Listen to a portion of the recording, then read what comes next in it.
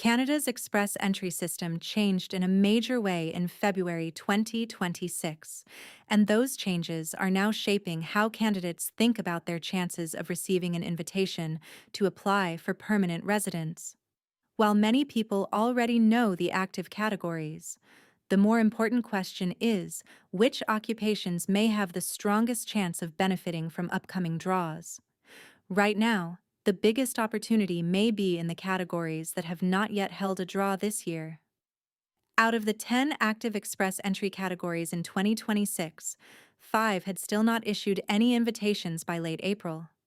These pending categories include STEM occupations, transport occupations, education occupations, researchers with Canadian work experience, and skilled military recruits. Although immigration, refugees, and Citizenship Canada is not required to hold a draw for every category, the absence of draws so far has created strong attention around these groups. Many candidates are watching closely because the first draw in a category can sometimes come with a much lower comprehensive ranking system cutoff than expected. That pattern became clear with the physicians category. Its first draw in February produced the lowest cutoff in the history of express entry, showing how category-based selection can dramatically change a candidate's chances.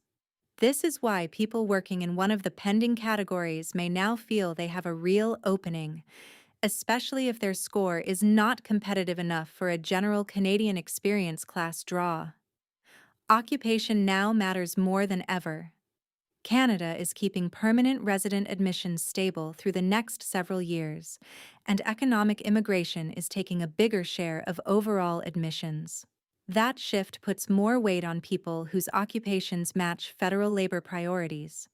In practical terms, many applicants with mid-range scores may no longer be realistic candidates in general draws, but they could still become highly competitive if they fit within a targeted category. Among the pending categories, STEM has drawn the most attention because it was heavily revised. Many information technology-related jobs were removed, and the list is now more focused on engineering and technical occupations.